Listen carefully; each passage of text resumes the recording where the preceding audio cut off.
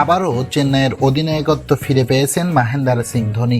ঘরের মাঠে ম্যাচ, প্রতিপক্ষ কলকাতা নাইট রাইডার্স। আর এ ম্যাচে সবচেয়ে বড় লজ্জা পেয়েছে চেন্নাই সুপার কিংস। সেই সাথে লজ্জিত হতে হয়েছে মহেন্দ্র সিং ধোনিকেও, কেননা এদিন নিজে ব্যর্থ হয়েছেন, অধিনায়ক হিসেবেও ব্যর্থ ছিলেন এবং দল হিসেবে চেন্নাই সুপার কিংস ব্যাপকভাবে ব্যর্থ হয়েছে।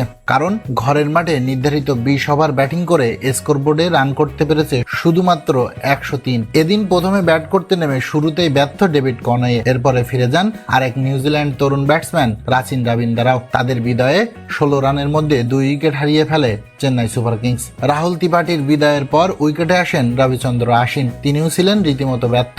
7 বলে করতে পেরেছেন কেবলমাত্র 1 রান। এরপর সবচেয়ে বেশি হতাশ করেন রবীন্দ্র জাদেজা, 2 বলে ডাক মেরে ফিরে যান প্যাভিলিয়নে। সুবিধা করতে পারেনি দীপক হুদাও। তাই তো 72 রানের মধ্যে 7 উইকেট হারিয়ে ফেলে চেন্নাই সুপার কিংস। মহেন্দ্র সিং আসলেন 9 নম্বরে। ব্যাটিং করতে নেমে মহেন্দ্র সিংও সুবিধা করতে পারেননি। 4 বলে 1 রান করে ফিরে গেছেন প্যাভিলিয়নে। সুনীল নারিনের হাতে ধরা পড়েছেন তিনিও। তবে এখানেই ঘটে গেছে এক অপ্রত্যাশিত ঘটনা। প্রিয় দর্শক, আমরা সবাই জানি মহেন্দ্র সিং ধোনি যেখানে রিভিউ নেন সেখানে আম্পায়ার ভুল প্রমাণিত হয়, কিন্তু এবার মহেন্দ্র সিংকে ভুল প্রমাণিত করে দিলেন নিউজিল্যান্ডের আম্পায়ার ক্রিস গাফনি।